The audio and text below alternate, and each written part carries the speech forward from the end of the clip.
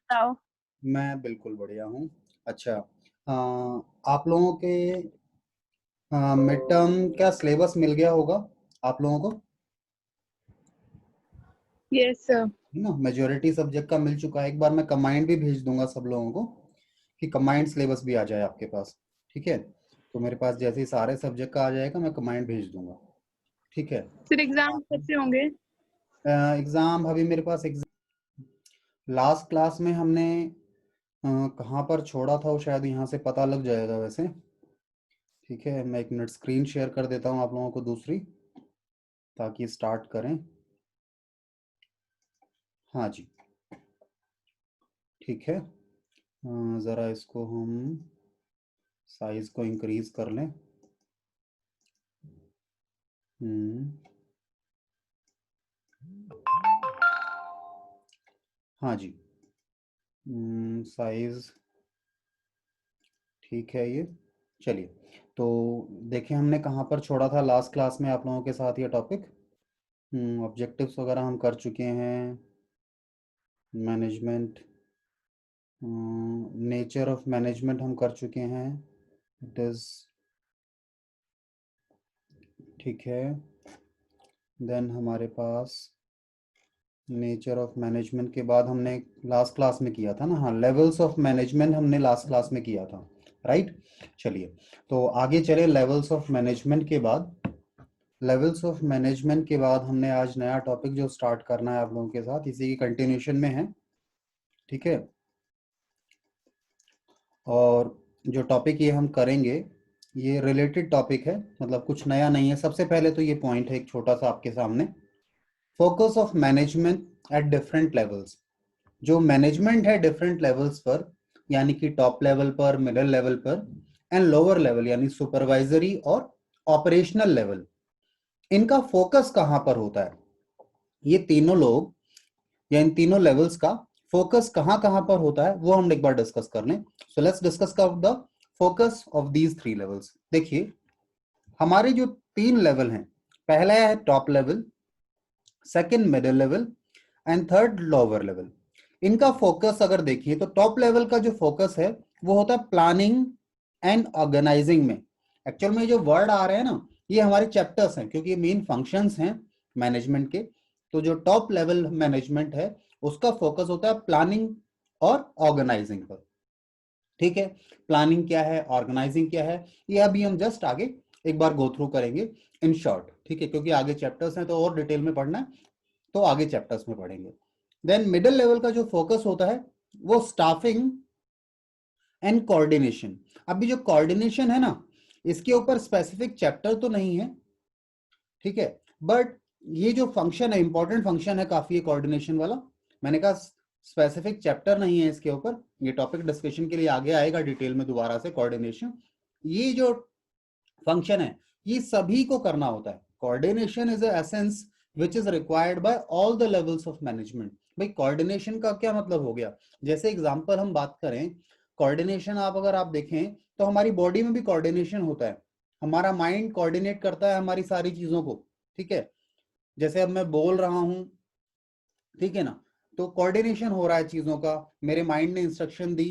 ठीक, ऐसे ही मशीनरी के अंदर भी कोऑर्डिनेशन होता है। Example, you understand the topic that, क्या बोलते हैं हम इसको, हाँ, जैसे गाड़ी चलाते हैं आप लोग, गाड़ी चलाते हैं तो ब्रेक है, क्लच है, ठीक है, उसके बाद आपका हैंडल स्टीयरिंग है, गियर है, ये सारी चीजें आपका कोऑर्डिनेशन होता है तब चीज आगे चल पाती है। ठीक है, तो सारे एलिमेंट्स को एक साथ लेकर चलना can be termed as coordination.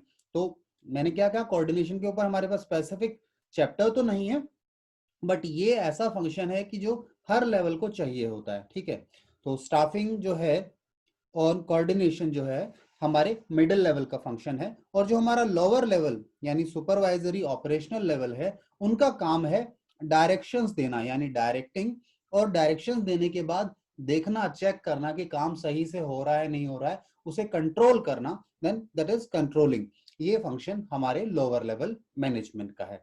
ठीक है, चलिए, तो ये एक छोटा सा टॉपिक था जो यहाँ पर हमने गो थ्रू किया कि कौन सा लेवल किस फंक्शन पर फोकस करता है, कहां पर ध्यान देता है। सो आई होप आप लोगों को ये बात क्लियर होगी। कोई डाउट है तो आप हैंड रेज कर सकते हैं, एल्स हम आगे चलेंगे, ठीक है। देन हमारे पास ये दो चार्ट दिए हुए हैं, ये फंक्शंस ऑफ मैनेजमेंट के बारे में बताया। देखो यहां पर भी जब फंक्शन की बात कर रहा है तो कहता है जो टॉप लेवल है उसके दो फंक्शन है, प्लानिंग एंड ऑर्गेनाइजिंग।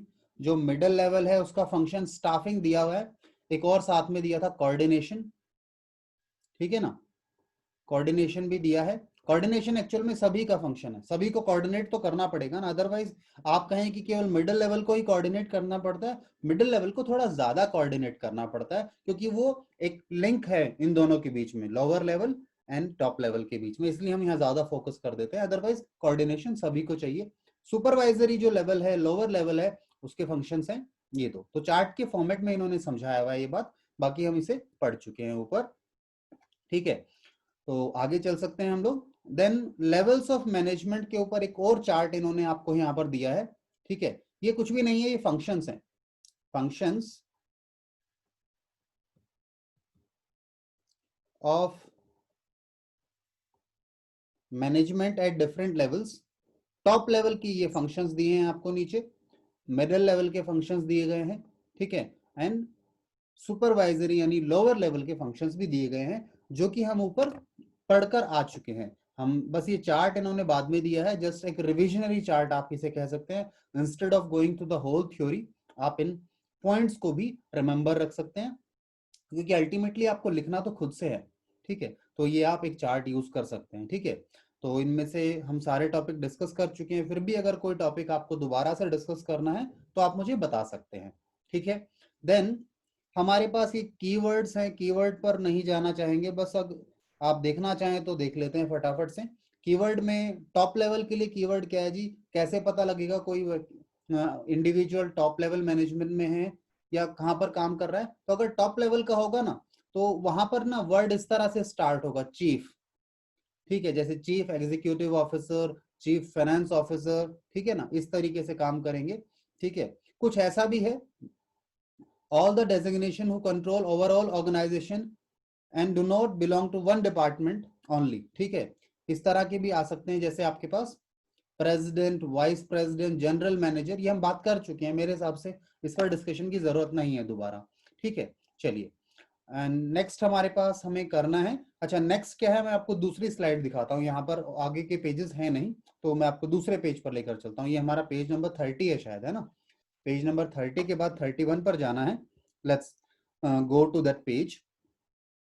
आप भी अपनी बुक को ओपन करके रखिएगा, आपके पास भी होना चाहिए ना बुक, ठीक है। आप पेज नंबर 31 पर जाना है हमें, तो चलिए जी पेज नंबर 31 पर चलते हैं। जस्ट अ मिनट, एक मिनट दीजिएगा मुझे, मैं जूम कर लूँ इसको पेज को बस, ताकि आप लोगों को अच्छे से रीडेबल फॉर्मेट में हो, दिख जाए आपको, ठीक है। हम्म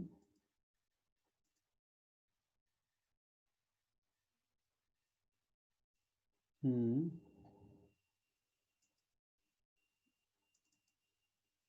एक मिनट बेटा।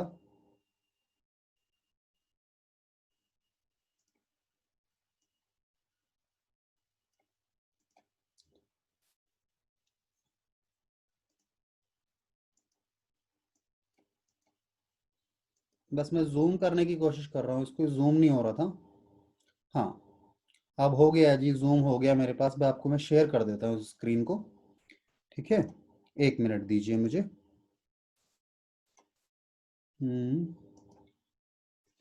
हाँ जी, पेज नंबर 31 पर हम चलते हैं, ठीक है। ऐसे ही मिडिल लेवल के बारे में इन्होंने बातें की, हमने कहा कीवर्ड्स जो है मिडिल लेवल में कौन कौन लोग होते हैं, ठीक है, वो इन्होंने बता रखा है। तो हम ये भी हम पहले कर चुके हैं, गो थ्रू कर चुके हैं, तो दोबारा मेरे ख्याल से इसे गो थ्रू करने की जरूरत नहीं है, ठीक है।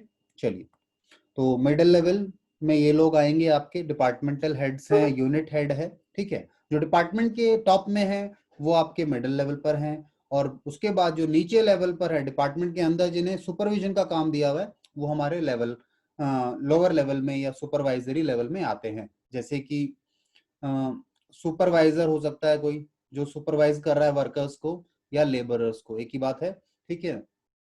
उनके नाम हो सकते हैं, या तो सुपरिटेंडेंट के नाम से जाना जाता है या फिर सुपरवाइजर के नाम से भी जानते हैं उनको हम, ठीक है। इसके बाद एक केस स्टडी है आप लोगों के पास। इस केस स्टडी को अगर आप देखें, सॉरी, हाँ, ये केस स्टडी अगर हम देखें, एनोटेट हटाना पड़ेगा, ये प्रॉब्लम क्रिएट करता है। हाँ, तो केस स्टडी अगर आप देखें, या एक काम करूं, इस केस स्टडी को मैं आपको खुद करने के लिए दे दूं, मुश्किल नहीं है, इजी केस स्टडी है, तो एक बार खुद करना आप इसको। तो ये सेल्फ के लिए दे देता हूं मैं आपको, ज्यादा अच्छा होगा, खुद कर लेंगे तो। एक बार नहीं आएगा समझ में तो फिर मैं आपको हेल्प कर दूंगा, ठीक है। चलिए, तो आगे चलते हैं इस पर हम लोग। एक मिनट में जूम करूं इस पेज को, ये थोड़ा सा आज प्रॉब्लम क्रिएट कर रहा है, एक्चुअल में मुझसे मिस्टेक हो गई। मैं ये स्लाइड्स पहले तैयार रखनी थी मुझे, और बाई चांस हो नहीं पाया वो। तो क्या आप लोगों को जूम करके दिखेगा ये?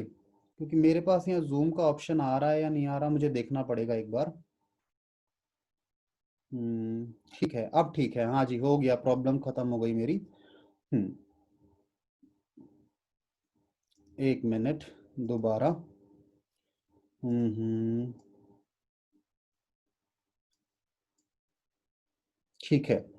तो ये केस स्टडी आप लोगों के स्क्रीन पर है, ये आपकी होमवर्क है, यानी आपको खुद करना है। इसमें क्वेश्चन है आपके पास 1 2 3 4, 4 क्वेश्चन ही है ना? हाँ, 4 क्वेश्चन हैं। आंसर नहीं देखना, नीचे दिया है कि इन्होंने आंसर दे रखा है आगे, तो आंसर बाद में देखना, पहले से खुद ट्राई करना इस केस स्टडी को, ठीक है। इस केस स्टडी के बाद हमारे पास अगला काम जो आता है, that is functions of management, कि मैनेजमेंट जो है उसके क्या क्या फंक्शंस हैं हमारे पास, उस पर हमें डिस्कशन करना है, ठीक है। तो मैनेजमेंट के फंक्शंस की बात करें तो अभी हम ऊपर करके आए हैं। हमने बात की है डिफरेंट फंक्शंस में, जैसे हमने कहा टॉप लेवल मैनेजमेंट के पास 2 फंक्शंस है, ठीक है, planning and organising. Middle level के पास हमने कहा उनके पास स्टाफिंग का काम है, कोऑर्डिनेशन का भी काम है उनका, दोनों दोनों लेवल से कोऑर्डिनेट करना पड़ता है उनको, ठीक है। फिर हमने कहा लोअर लेवल जो है हमारा, वो डायरेक्टिंग एंड कंट्रोलिंग करता है। तो वो डिफरेंट फंक्शंस जो हैं उन्हें हम यहाँ पर गो थ्रू करेंगे आपके साथ, ठीक है। आइए, तो इन फंक्शंस को वन बाय वन देखें। हमारे पास जो फंक्शंस हैं उनमें सबसे पहला फंक्शन है आप लोगों के सामने प्लानिंग, ठीक है। अब प्लानिंग जो है, आई होप आप लोगों की स्क्रीन पर प्लानिंग दिख पा रहा है ये वर्ड, ठीक है। अब प्लानिंग के अंदर हम लोग क्या करते हैं ये समझिएगा ध्यान से आप लोग। प्लानिंग के अंदर हमारे पास जो चीजें हैं, वो सबसे इंपॉर्टेंट बात ये है कि प्लानिंग में हम क्या करते हैं, वी डिसाइड इन एडवांस, हम एडवांस में डिसाइड कर लेते हैं। प्लानिंग का पर्पस, ऑब्जेक्टिव यही है कि हम पहले तैयारी कर लें। प्लानिंग का मतलब यही तो है कि हम प्लान करते हैं, हम जो बातें करते हैं ना, हमें कहीं जाना है, हमें कोई काम करना है, तो पहले लेट्स प्लान फॉर इट। तो प्लानिंग में क्या करेंगे, हम एडवांस में डिसाइड कर लेते हैं क्या क्या चीजें, व्हाट टू डू, क्या करना है, पहली बात। हाउ टू डू, कैसे करना है, ठीक है, ये भी डिसाइड किया जाता है। देन व्हेन टू डू, यानी कब करना है। Who is going to do, कौन करेगा, ये सारी चीजें पहले डिसाइड की जाती हैं। इन सब चीजों के जवाब ढूंढ लिए जाते हैं पहले ही, and that is called planning, ठीक है। तो इजी टर्म्स में what to do, how to do, when to do, and by whom it is to be done, or you can say who is going to do it, ये सारी चीजें हम पहले ही decide कर लेते हैं। So planning bridges the gap, ये important है। ये कई बार एक टर्मिनोलॉजी, ये आपके एग्जाम में क्वेश्चन भी आ जाता है इस तरीके से, वन वर्ड में, गैप के लिए। So planning bridges the gap, planning क्या करता है, एक ब्रिज बना देता है, ठीक है। किसके लिए ब्रिज बनाता है, तो fill the gap between where we stand today, हम आज जहां पर हैं और हमें जहां जाना है, where we want to reach, इन दोनों चीजों के बीच में जो गैप है उसको फिल करता है प्लानिंग, हमारा फंक्शन। जो प्लानिंग फंक्शन का काम आप समझ गए होंगे, फिर भी इसे हम बहुत डिटेल में पढ़ने वाले हैं। हमारे पास चैप्टर है आगे चल के प्लानिंग का, तो वहां हम इसे और डिटेल में डिस्कशन करेंगे। तो इन जस्ट समराइज तो आप इतना ही समझ सकते हैं कि प्लानिंग का काम क्या है। So deciding in advance, everything in advance, that is called planning.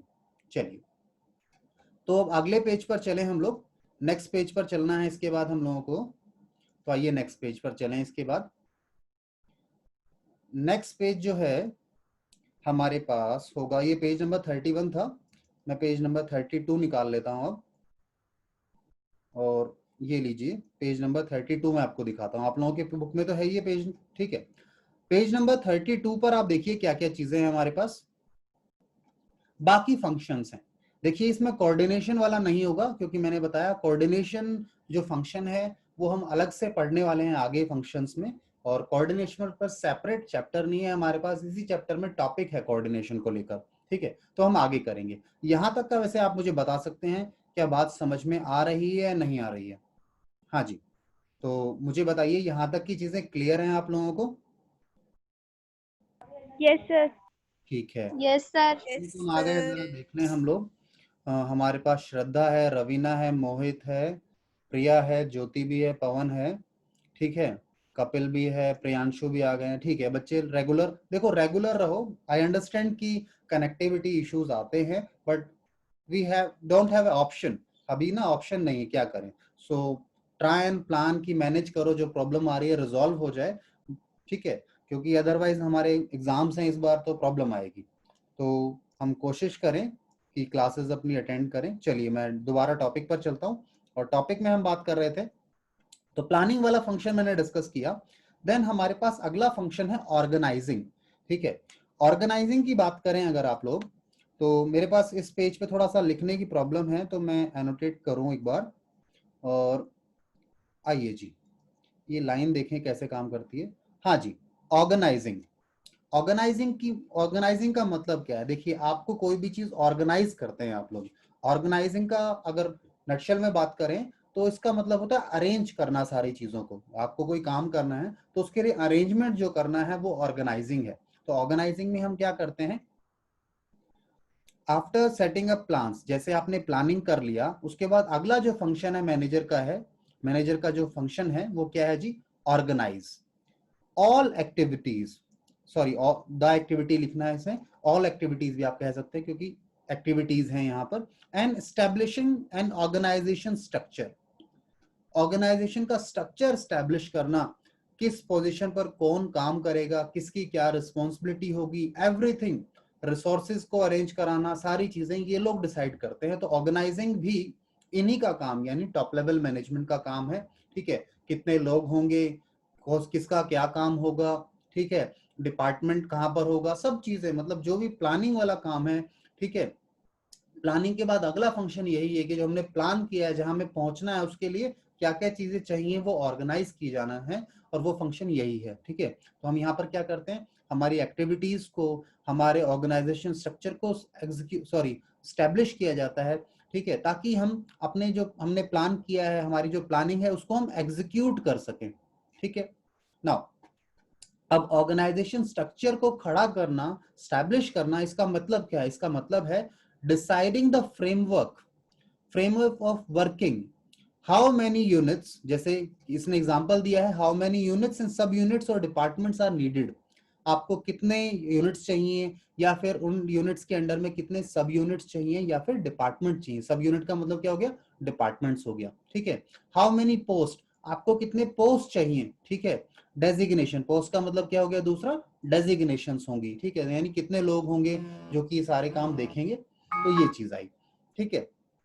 Now how to distribute the authority, ये हम आगे जाके डिस्कस करने वाले हैं, अथॉरिटी रिस्पॉन्सिबिलिटी रिलेशन को, तो वहां और डिटेल में बात करेंगे कि जो अथॉरिटी है, पावर है, वो उसे किस तरीके से डिस्ट्रीब्यूट किया जाए, किसको क्या काम दिया जाए, किसको क्या अथॉरिटी दी जाए, और किसकी क्या रिस्पॉन्सिबिलिटी हो। देखो जब अथॉरिटी दी जाती है तो रिस्पॉन्सिबिलिटी मिल जाती है, जब आपको मैंने कोई पावर दी तो आपकी कुछ जिम्मेदारी भी आती है साथ में। So they will go parallelly, authority and responsibility, जिसे डिस्कस करना है आगे भी हम लोगों ने, ठीक है।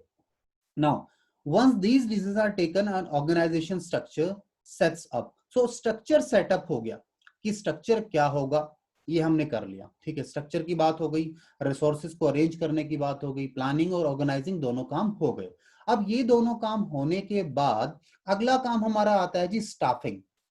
स्टाफिंग हमारा जो नेक्स्ट वर्क है, ठीक है। स्टाफिंग में क्या करेंगे, स्टाफिंग में हम अपने ह्यूमन रिसोर्सेज को अरेंज करेंगे, या कह लो आप उन्हें एम्प्लॉय करेंगे, उन्हें आपको रिक्रूटमेंट करना होगा, ठीक है। उनके एग्जामिनेशंस कह लो, ठीक है, या उनके इंटरव्यूज कह लो, आप टेस्ट होंगे, ठीक है। सिलेक्शन प्रोसेस होंगे एंड फाइनली उनके अपॉइंटमेंट्स होंगे। ठीक है, तो ये वाला जो काम है स्टाफिंग का काम है। अब स्टाफिंग में केवल यही नहीं है कि रिक्रूटमेंट और अपॉइंटमेंट होना है, स्टाफिंग का काम ये भी है कि जो हमारे एम्प्लॉइज आएंगे उनकी रेगुलर ट्रेनिंग्स होंगे। ठीक है, उनके लिए वर्कशॉप वगैरह स्टैब्लिश करनी है, उनके डेवलपमेंट के लिए, उनकी स्किल्स को इंप्रूव करने के लिए, तो वो काम भी स्टाफिंग का ही है।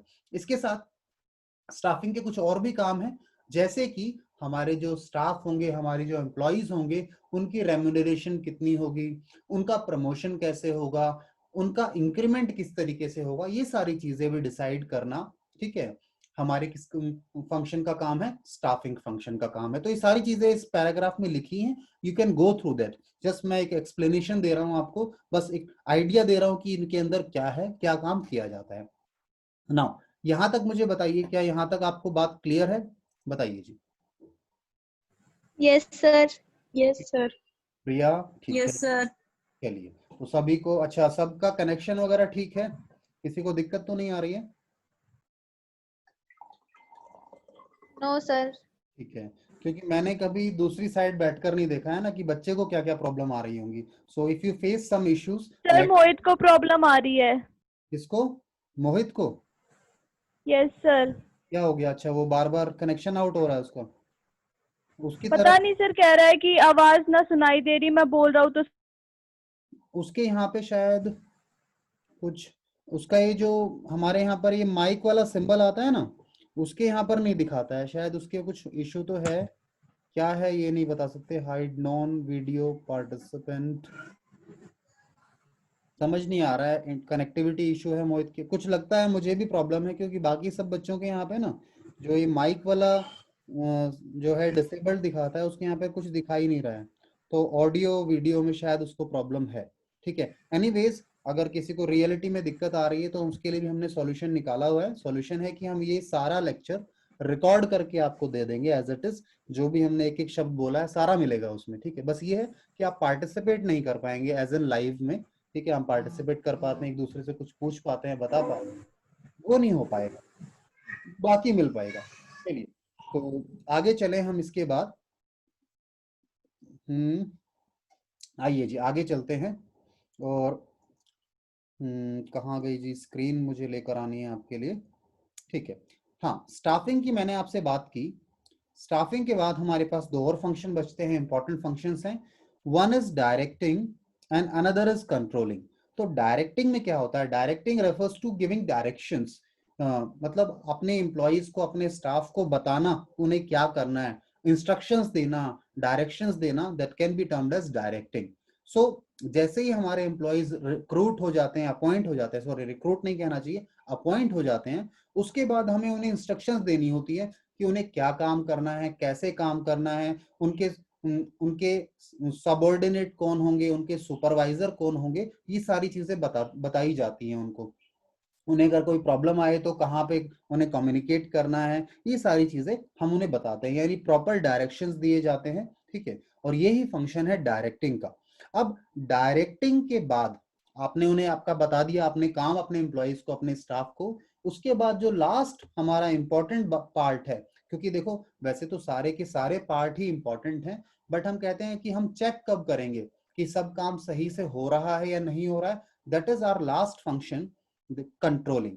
कंट्रोलिंग में हम आपको बताते हैं कि जो आपने काम करना है वो तो आपको इंस्ट्रक्शन दे दी गई हैं। अब इंस्ट्रक्शंस देने के बाद आप काम पूरा हो रहा है या नहीं है, यानी जो आपकी एक्चुअल परफॉर्मेंस है वो प्लान परफॉर्मेंस के साथ मैच करती है या नहीं करती। ठीक है, अगर एक्चुअल प्लान के साथ मैच कर रही है तो यानी सब कुछ ठीक है। प्लान हमने कुछ किया था, प्लान मतलब हमने कहा था 100% हमें प्रोडक्शन करना है और हमारा एक्चुअल भी 100% प्रोडक्शन हो रहा है, तो everything is fine.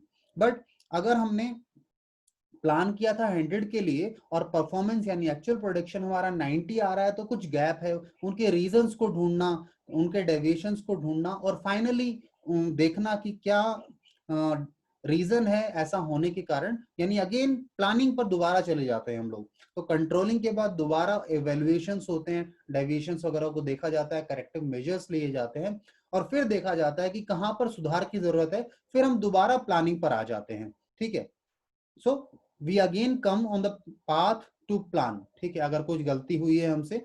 So controlling function refers to all the performance measurements and follow up actions kept that keep the actual performance on path of plan। तो जो हमने प्लान किया है उसको अचीव करने के लिए हम काम कर रहे हैं नहीं कर रहे हैं, और वो किस लेवल पर चल रहा है, सही चल रहा है नहीं चल रहा है, ये सारे चेक पॉइंट्स हम कंट्रोलिंग में करते हैं। अगर वहां पर कुछ गलती हुई है, कुछ कमी है, कोई डेविएशन है, तो उसको ठीक किया जाता है, करेक्टिव मेजर्स लिए जाते हैं। अब इसीलिए करेक्टिव मेजर्स वगैरह लेना हो, वो प्लानिंग में आ जाता है। तो हम इसे कहते हैं, एक साइकिल बन जाती है कि कंट्रोलिंग, फिर हम दोबारा प्लान करते हैं, फिर दोबारा सारा काम किया जाता है, फिर एंड में कंट्रोलिंग होती है, देखा जाता है सब कुछ सही चल रहा है तो ठीक है। तो ये सारे फंक्शंस जो हैं, ऐसा नहीं है कि कोई भी फंक्शन एक बार परफॉर्म कर दिया उसके बाद इसकी जरूरत नहीं है। They all are continuous activities, continuous exercises, continuous functions जो हमारे मैनेजमेंट को फॉलो अप करने होते हैं, ठीक है। चलिए, इसके बाद हम लोग आगे चलेंगे, और आगे चलकर हमारे पास जी, हमें नेक्स्ट पेज पर चलना है, उससे पहले शायद नीचे हमारे पास कुछ है यहाँ पे, उसे देख लेते हैं एक बार। नीचे है फंक्शंस ऑफ मैनेजमेंट को लेकर कीवर्ड्स की बात चल रही है, ठीक है। तो अगर आप लोग जवाब देना चाहें तो देखें, चलो एक बार इस एक्सरसाइज को कर लेते हैं। आप लोग इसका आंसर ट्राई कीजिए, मैं आपसे पूछता हूं वन बाय वन इनको, ठीक है। चलिए, आज थोड़ी प्रॉब्लम आएगी स्क्रीन में थोड़ी सी, क्योंकि आज हमारे पास लिखने के लिए कुछ ज्यादा अच्छा टूल नहीं है, हमें इमेजेस पे काम करना पड़ रहा है। हाँ, now functions of management, planning कहता है फंक्शंस ऑफ मैनेजमेंट में, प्लानिंग में क्या क्या कर रहे हैं हम लोग। प्राइमरी फंक्शन है, फर्स्ट फंक्शन है, बेस फॉर ऑल फंक्शंस है, इन्वॉल्व डिसीजन मेकिंग और चॉइस, ठीक है। ये सारे काम हम कर रहे हैं यहाँ पर, ठीक है। ऑर्गेनाइजिंग में क्या करते हैं आप लोग, ठीक है, इसमें से कोई भी चीज ऐसे नहीं है जो कि आप प्लानिंग में नहीं करते हो। ऑर्गेनाइजिंग में क्या करते हैं, हम एक्टिविटीज को आइडेंटिफाई करते हैं कि हमें क्या क्या काम करने हैं, स्टैब्लिश करते हैं अथॉरिटी रिस्पॉन्सिबिलिटी रिलेशन, किसकी क्या अथॉरिटी होगी, क्या जिम्मेदारी होगी, ठीक है। डिपार्टमेंट्स का क्रिएशन किया जाता है कि क्या क्या डिपार्टमेंट चाहिए हमें, ड्यूटीज बताई जाती है लोगों को, तो सब ऑर्गेनाइज किया जा रहा है, इन पर आगे काम होगा, ठीक है। नाउ देन उसके बाद क्रिएटिंग स्ट्रक्चर, एक स्ट्रक्चर तैयार किया जाता है, ठीक है, एक ढांचा तैयार किया जाएगा, एक लेआउट जिसे कहते हैं ना, हम लोग डायग्राम बना लेते हैं, एक स्ट्रक्चर बना लिया, हमने इस पर काम करना है, ये ऐसा होना चाहिए, तो सब कुछ पहले हमने तैयार कर लिया। Now creating a framework for managerial and operational activities, क्या क्या एक्टिविटीज परफॉर्म करनी है मैनेजमेंट लेवल को, ऑपरेशनल लेवल को, वो फ्रेमवर्क भी हम यही तैयार कर लेते हैं, यानी ऑर्गेनाइजिंग का काम चल रहा है। Design skeleton of organisation, structure तैयार कर लिया जाता है कि ऑर्गेनाइजेशन किस तरीके से काम करेगा, कौन किसको रिपोर्ट करेगा, एटसेट्रा एटसेट्रा, सारे काम यहाँ होते हैं। तो ऑर्गेनाइजिंग फंक्शन में ये चीजें काम कर गई, ठीक है। अब इसके बाद आगे चलें, आगे चलते हैं हमारे नेक्स्ट पेज पर, और ये पेज नंबर था आई बिलीव, आप लोग कोई बताएं मुझे, ये शायद पेज नंबर 32 है, राइट? 32। हाँ 32 है। Then will move to the next page, next page पर चलते हैं जी। एक मिनट मुझे दीजिए, मुझे इसे क्लोज करना होगा और फिर मैं नेक्स्ट पेज निकालता हूँ, पेज नंबर 33।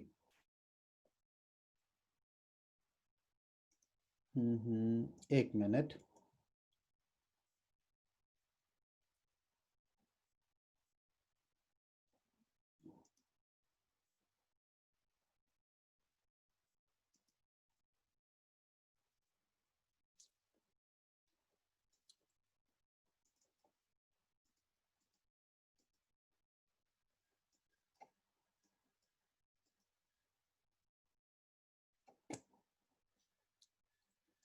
हाँ जी, सॉरी, पेज नंबर 33, हाँ पेज नंबर 33 है ये, ठीक है। एक बार साइज इसका इंक्रीज कर लेते हैं।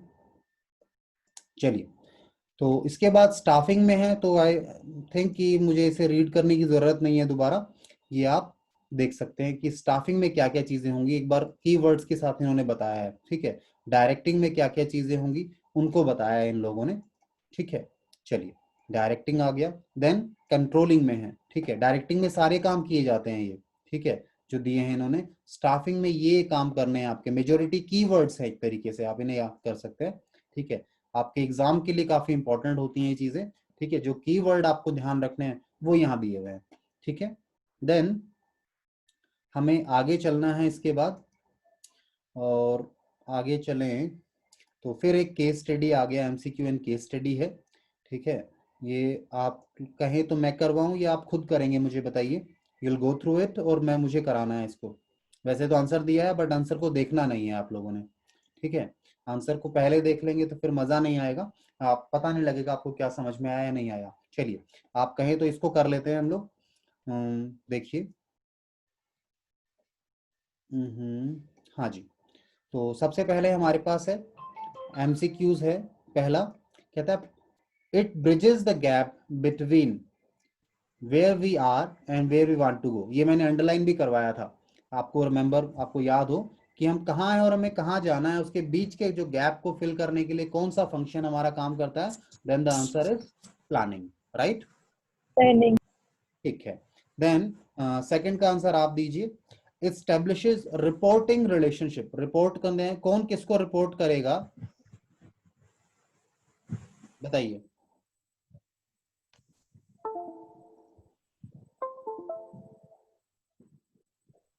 रिपोर्टिंग रिलेशनशिप को स्टैब्लिश कौन करेगा। ऑर्गेनाइजिंग। ऑर्गेनाइजिंग, बिल्कुल ठीक है जी। यानी रिपोर्टिंग का मतलब क्या हो गया, कौन किसको जवाब देगा, कौन किसके अंडर में आएगा, ये सब कौन कहाँ डिस्टेब्लिश हो क्या होता है, ये ऑर्गेनाइजिंग के अंदर हम ये तय कर लेते हैं। क्योंकि देखो प्लानिंग में ये तय नहीं होता, ठीक है। अगर आपको कई बार ऐसा लगे मुझे आंसर नहीं आता, सो जस्ट वाइप आउट की कौन सा ऑप्शन नहीं हो सकते। स्टाफिंग में तो हम लोगों को अपॉइंट करते हैं, ठीक है, डायरेक्शंस देते हैं, ऑर्गेनाइजिंग यहाँ आ जाएगा, ठीक है। देन हमारे पास अगला है एक केस स्टडी है। केस स्टडीज आपको पता है आपका बिजनेस स्टडीज अब केस स्टडी बेस्ड हो गया है, ठीक है। तो केस स्टडीज को समझना बहुत इंपॉर्टेंट है। तो आइए जी केस स्टडी को समझें इसको। एक मिनट में क्लियर कर दूं चीजें। हाँ, तो ये केस स्टडी है आप लोगों के सामने। कहता है marketing manager of alpha limited, ठीक है। मार्केटिंग मैनेजर है।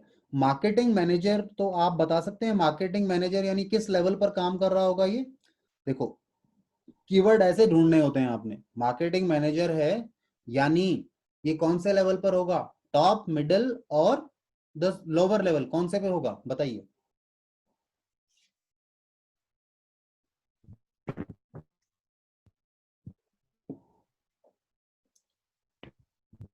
कोई बता रहा मिडिल लेवल। है, सॉरी मैं सुन नहीं पाया, कौन सा बताया आपने। Middle level sir. हाँ ठीक है, मिडिल लेवल पर है, मार्केटिंग मैनेजर है, मार्केटिंग का हेड है ये, ठीक है। Now of alpha limited fix the target for all the sales executive, ठीक है। इस मैनेजर ने टारगेट सभी के लिए सेट कर दी कि आपको ये इतनी सेल्स अचीव करनी है etcetera etcetera, and give them all possible authority to achieve it. और सबको अथॉरिटी भी दे दी उस भाई, आपको जब कुछ जिम्मेदारी दी जाती है, ठीक है, तो अथॉरिटी तो चाहिए भाई। बगैर आपको कोई काम करने को दिया गया है और अगर आपको अथॉरिटी नहीं दी गई, यानी आपको वो चीजें, साधन नहीं दिए गए और रिसोर्सेज नहीं दिए गए जिस जो आपको चाहिए अचीव करने के लिए, तो आप कैसे काम कर पाएंगे, नहीं कर पाएंगे। तो मैंने आपको पहले भी बोला था ये अथॉरिटी एंड रिस्पॉन्सिबिलिटी पैरेलली चलते हैं, ठीक है। Now they were asked to submit to him their performance report at the end of month, ठीक है। उन्होंने उसने कहा कि भाई आपको जो अपनी परफॉर्मेंस रिपोर्ट्स हैं, आपने कितने सेल्स टारगेट अचीव किए वगैरह वगैरह, आपको एंड ऑफ द मंथ देने हैं। Now all of them did the same, सभी ने वही किया, मतलब जो करना था रिपोर्टिंग की अपनी। Now on the receipt of report the expected and actual results of sale executives were compared, ठीक है। सेल रिपोर्ट पर क्या हुआ, जो रिपोर्ट्स थी जो देनी थी रिपोर्ट, उनके रिपोर्ट के अंदर क्या क्या था जी, ये एक्सपेक्टेशन थी आपसे और ये आपको एक्चुअल में अचीव करना था, इनका कंपैरिजन किया गया, ठीक है। Now on this basis future course of action were decided, ठीक है, वाज डिसाइडेड सॉरी, ठीक है। तो उसके बेसिस पर आपका फ्यूचर कोर्स डिसाइड होना था, ठीक है। Now sale executive also wrote in their report the expectation of the customer from the company. अब सेल एग्जीक्यूटिव्स ने रिपोर्ट में ये भी लिखा कि कस्टमर क्या चाहता है, उसकी क्या उम्मीदें हैं कंपनी से, ठीक है जी। The majority of them had written that they wanted the company to cooperate in construction of Dharamshala going on in the city. ठीक है जी, वो चाहते हैं कि जो कोई धर्मशाला बन रही है उसके लिए वो कॉपरेट करें, ठीक है, कंस्ट्रक्शन में हेल्प करें, ठीक है.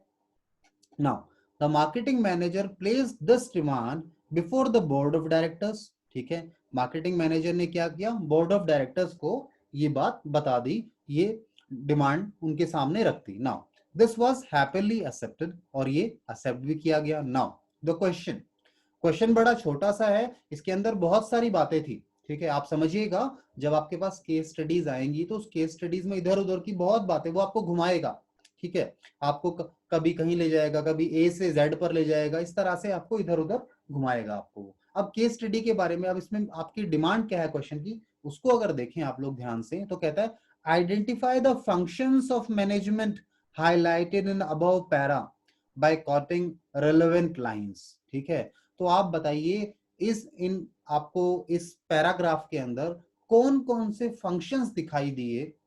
कोटिंग द रिलेवेंट लाइंस, आपको फंक्शंस बताए गए हैं, 5 फंक्शंस हैं आपके पास, प्लानिंग, ऑर्गेनाइजिंग, ठीक है, then staffing, directing and controlling.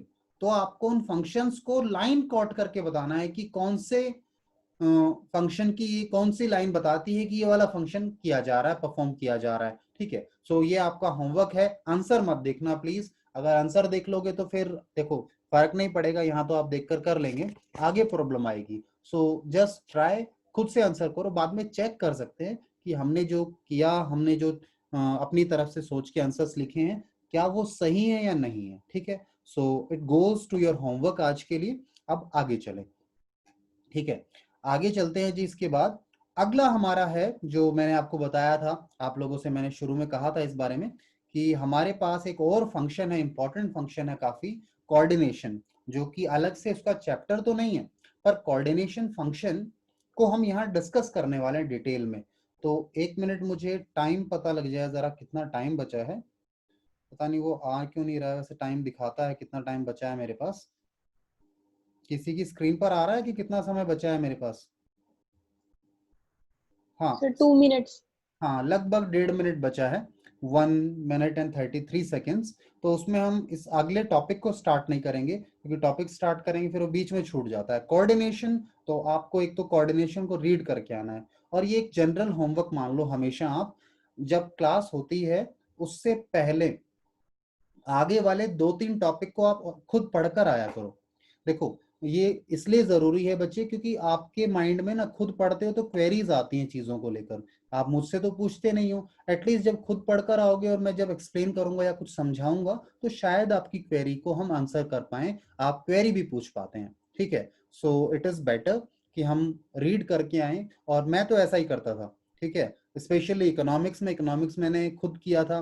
ठीक है, मतलब मैं अपने टीचर से पहले करके जाता था, अपना आप इतना इंटरेस्ट बन गया था, लगता था इजी है, हम खुद पढ़ते हैं तो समझ में आ जाती है चीजें. Same go for your business studies, और अकाउंट्स में भी मैं ये नहीं कहूंगा खुद करो अकाउंट्स, तो चाहे आप साथ साथ चला लो, क्योंकि वहां पे क्या होता है ना, कुछ चीजें हैं जो हम उन्हें ईजी तरीके से समझ सकते हैं. और थ्योरी जरूर रीड कर सकते हो आप, थ्योरी रीड करने में कभी प्रॉब्लम नहीं है, थ्योरी रीड कर रहे हैं तो आपकी कॉन्सेप्चुअल क्लैरिटी बन रही है. ठीक है, अच्छा एक चीज और मुझे आप लोगों को बतानी थी, आप लोगों के ना होमवर्क में कई बार मिस्टेक्स मिलती हैं. ठीक है, अब वो मिस्टेक मिलती हैं तो उसकी समस्या ये आ जाती है जी कि उसे आइडेंटिफाई करना मुश्किल होता है कई बार. तो हम उसके लिए क्या